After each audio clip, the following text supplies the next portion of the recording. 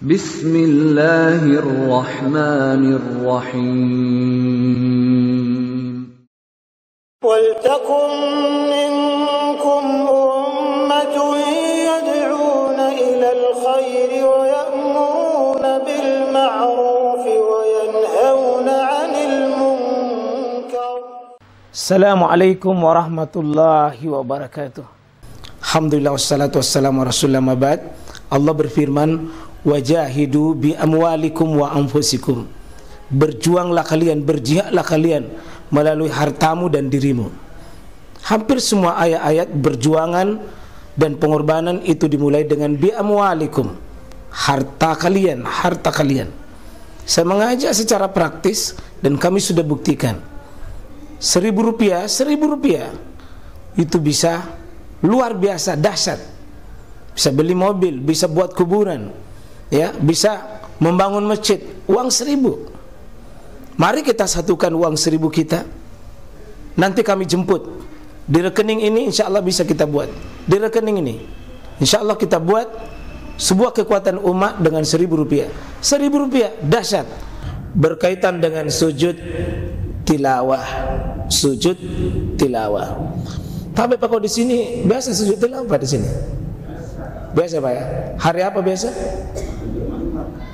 Oh, Jumat subuh. Iya. Setiap atau diselang-selingi? Iya.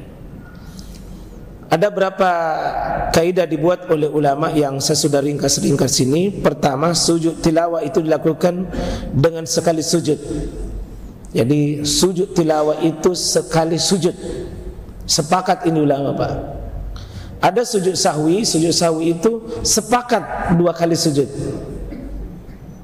Jadi kalau sujud sahwi 2 kali, tidak ada 1 kali. Sujud tilawah 1 kali. Sujud sahwi 2 kali. Sujud syukur itu juga ya 1 kali. Sujud syukur 1 kali. Ya, itu perbedaannya. Tata cara sujud tilawah sama persis dengan tata cara sujud dalam solat, yakni dengan meletakkan kedua tangan sama lutut, 2 telapak kaki, hidung dan kening, serta merenggangkan kedua siku dari lambung, menjauhkan perut dari paha, dan mengarahkan jari-jari ke arah kiblat. Seperti biasa Pak. Sujud 7, 2 tangan, 2 lutut, 2 kaki, tambah ini 1 paket hidung Pak.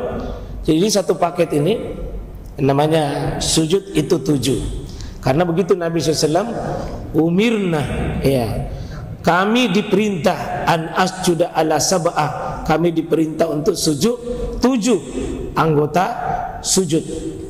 Ya, maka Nabi menyebut itu rukbatain, 2 lutut, rijlain, 2 kaki. Jadi kalau ada orang tidak sujud, kakinya 1 pada saat sujud, itu tidak sah sujudnya. Contoh Pak ya, jadi ini banyak orang kan biasa mungkin diremehkan itu, mungkin diremehkan. Jadi contoh, bisa di sini kamera, ada orang sujud begini. Nah, ini biasa. Nah, ini tidak sujud, salah satunya. Ini ya satu 7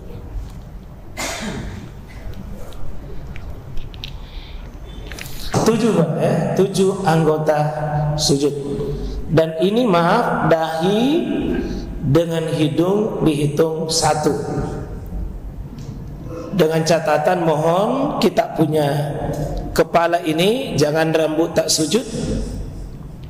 Karena orang sujud kepalanya bukan sujud, tapi rambutnya yang sujud karena panjang.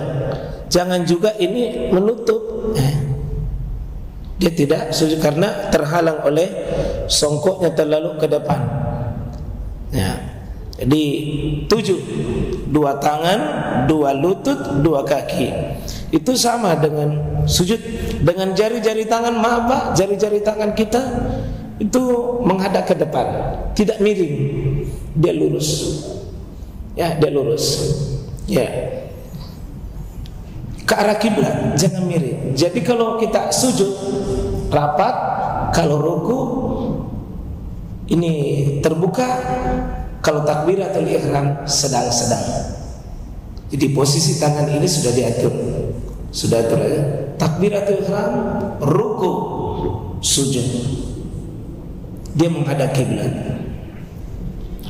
Kemudian tidak disyariatkan takbiratul ihram dalam salam. Ya, dalam salam ya sujud tilawah. Itu pendapat Syekh Islam Ibnu Taimiyah, Ibnu Abdul Bar, Imam Malik, Imam Ahmad. Tidak disyariatkan takbiratul ihram kalau kita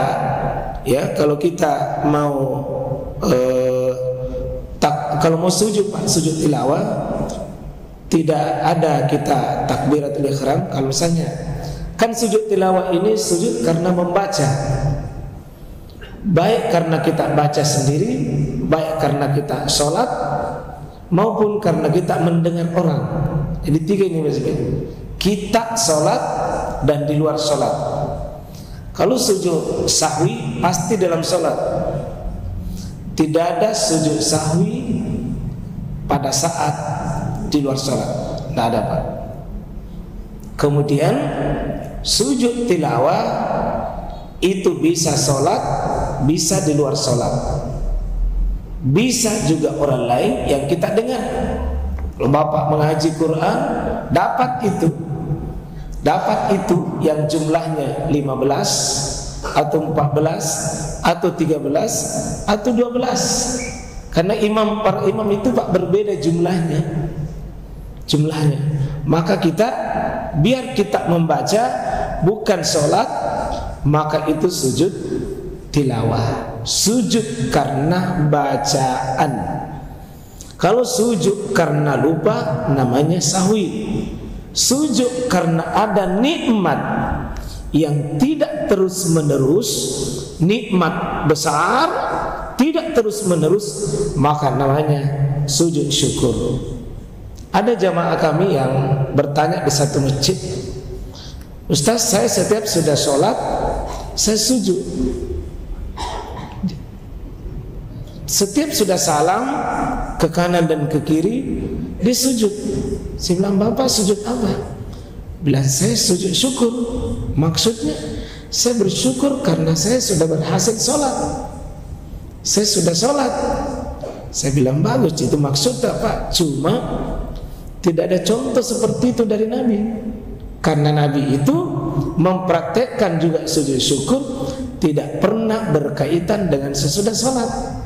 Seandainya sujud syukur itu adalah sesudah sholat, maka pasti Nabi manusia terbaik, manusia paling mulia, pasti dia yang memberi contoh begitu. Jadi tidak ada hubungannya sujud syukur dengan sujud sesudah sholat.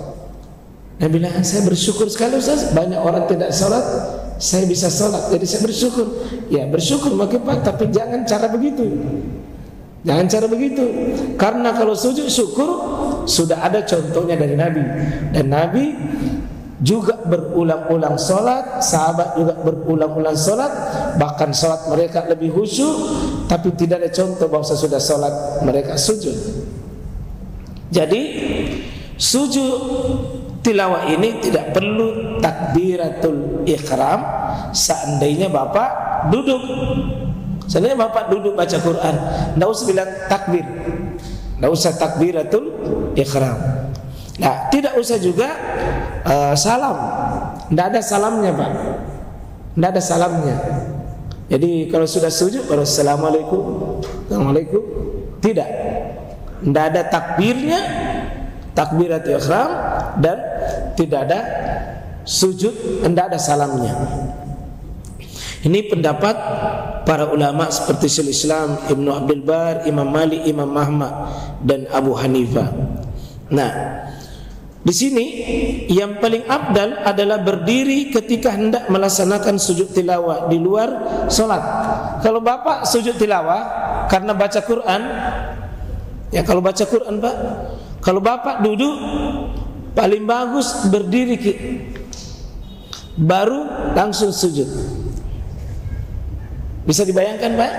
Kalau baca Quran sementara duduk paling bagus berdiri baru sujud. Di mana dalilnya? Di sini sebutkan iza yutla alaihim yakhirruna lil azkani sujada. Apabila Quran dibacakan pada mereka, mereka tersungkur. Yang kata beliau tersungkur itu pak, bukan cuma sekedar sujud, tapi terjadi ya dari atas ke bawah. Itu tersungkur. Betul-betul berdiri baru turun ke bawah, itu namanya tersungkur. Kalau sekedar duduk baru sujud bukan tersungkur, itu sujud biasa namanya. Kalau Syekh Islam memahami itu, surah Al-Isra itu 107 paling bagus. Ini kalau bacaan dalam salat, maaf di luar salat. Kalau dalam salat kan sudah biasa kita lakukan. Wahum la yastakbirun. Kita sujud kan? Baca takbir atau tidak pak? Baca takbir atau tidak? Baca takbir atau tidak kalau kita salat? Kita baca. Karena keumuman turun ke bawah itu takbir sebagai bentuk maaf tidak ya jadi kalau wahum la yastakbirun Allahu Akbar, kita bertakbir. Kenapa bertakbir? Keumuman dari kita turun dan sebentar juga bangun juga bertakbir. Karena keumuman berdiri kembali bertakbir. Kira-kira begitu Pak Imam Dik? Kita bertakbir. Karena ada juga sebagai masjid Pak, tidak. Wahum la yastakbirun. Dia langsung sujud, tidak ada, turun saja, tidak ada kode-kode. Ada juga sebaliknya, kalau turun bertakbir, tapi kalau naik tidak. Allahu Akbar, tapi begitu naik langsung tatajafa junubuhum anil madaji yad'una rabbahum khaufa. Tidak ada takbirnya. Memang tidak ada dalil Pak secara tegas, tidak ada dalil. Cuma kaidah fikih itu menyebutkan jika tidak ada dalil maka diambillah. Jika sholat bertakbir ke atas, bertakbir turun. Tapi jika di luar sholat Pak tidak perlu takbir. Tidak ada takbir turun, tidak ada takbir naik. Kita sujud saja. Kalau di luar sholat. Kalau dalam sholat kita bertakbir karena pakai kaidah khusus ketika kita sholat. Kalau di luar sholat tidak perlu takbir turun karena tidak ada dalil. Ya, sedangkan sholat itu dia pakai dalil umum.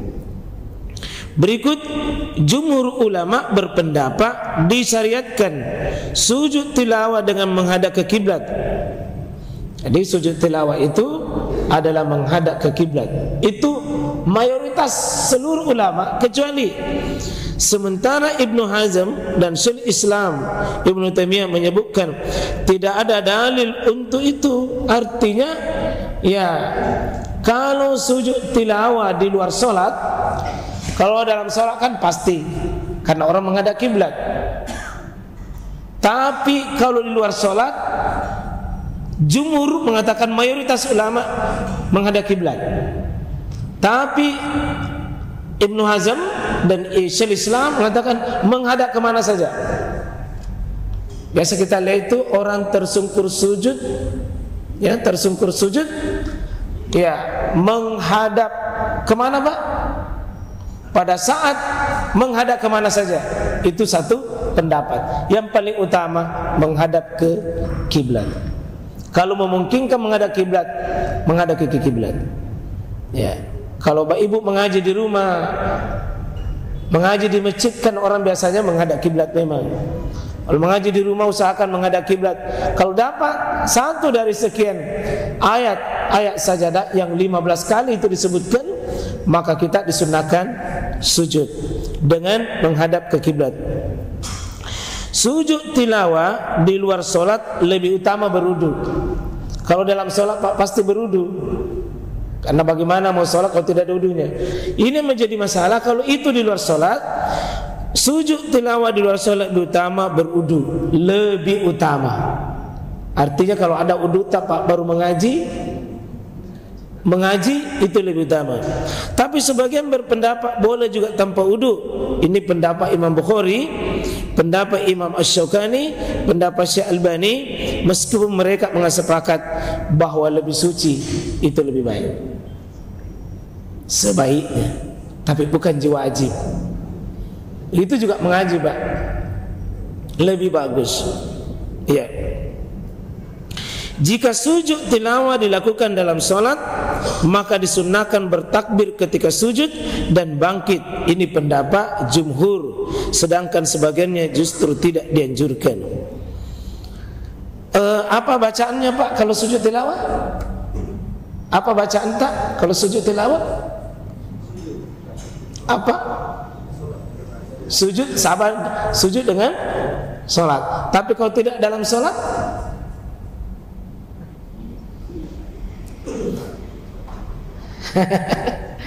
kalau dalam sholat mau baca seperti sujud, tidak ada dalil.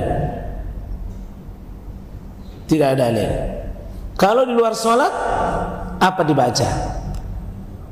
Pasti salam kalau baca sholat kita baca, karena bukan sholat. Bacaannya ya boleh kita baca antara lain bagi menerima hadis ini dia amalkan. Yang tidak menerima hadis ini dia diam saja, sujud tanpa membaca Bapak. Apa bacaan antara lain? Sajada wajhiya lilladzi khalaqahu wa syaqqa sam'ahu wa basarahu bihaulihi wa quwwatihi. Ini satu dalil. Ya. Jadi saya ulangi, sajada wajhiya lilladzi khalaqahu wa syaqqa sam'ahu wa basarahu bihaulihi wa quwwatihi. Ini bacaan sujud tilawah. Satu hadis riwayat Ahmad, Daud, Tirmizi, An-Nasai. Ya, sebagian ulama mensahihkan hadis ini, sebagian ulama tidak menerima hadis ini. Maka kalau Bapak sujud tilawah dalam sholat bisa sama karena dalam sholat. Tapi kalau di luar sholat, tidak perlu kita baca, diam saja, karena perintahnya adalah sujudnya, bukan membaca sujudnya. Tapi membaca ini lebih bagus Pak, lebih bagus. Bahkan sajada wajhiya lilladzi liman halakahu wa syaqqa sam'ahu wa basarahu bihaulihi wa quwwatihi. Ada juga tambahan fatabarakallahu ahsanul khaliqin. Cuma Pak, kalau sujud sawi apa kita baca Pak? Sama, subhana rabbi ala atau subhanakallahumma rabbana wa bihamdika allahumma ighfir, atau Allahumma laka sajadtu wa ala ubalaka amantu bika, atau bacaan-bacaan sujud yang lain. Karena intinya sama dengan sholat, kalau sujud sahwi. Nah, dan saya ingatkan Pak, minta tolong seandainya Bapak baca itu ayat-ayat tilawah, tapi sholat duhur dan sholat asar, jangan sujud, jangan ke sujud. Kenapa? Kalau Bapak langsung sujud, pasti makmum berteriak subhanallah. Kenapa berteriak subhanallah? Karena seharusnya ruku. Karena sujud tilawah itu Pak dibaca pada saat kita sholat dan dibaca kita di luar sholat. Dan bukan cuma Jumat, bukan cuma Jumat. Jumat itu Pak cuma satu dari 15 tempat sujud tilawah yang selama ini kita praktek. Satu dari 15. Tapi yang dianjurkan sujud tilawah kalau sholat berjamaah Pak, sholat berjamaah maghrib, isya, subuh itu boleh, dan Jumat boleh, atau bulan Ramadan tarwih bisa sujud tilawah. Tapi kalau sholat duhur Pak, sholat duhur misalnya baca itu ayat itu, lalu Bapak langsung sujud, pasti makmum tak subhanallah dalam hati tak, kenapa kok subhanallah saya sujud tilawah?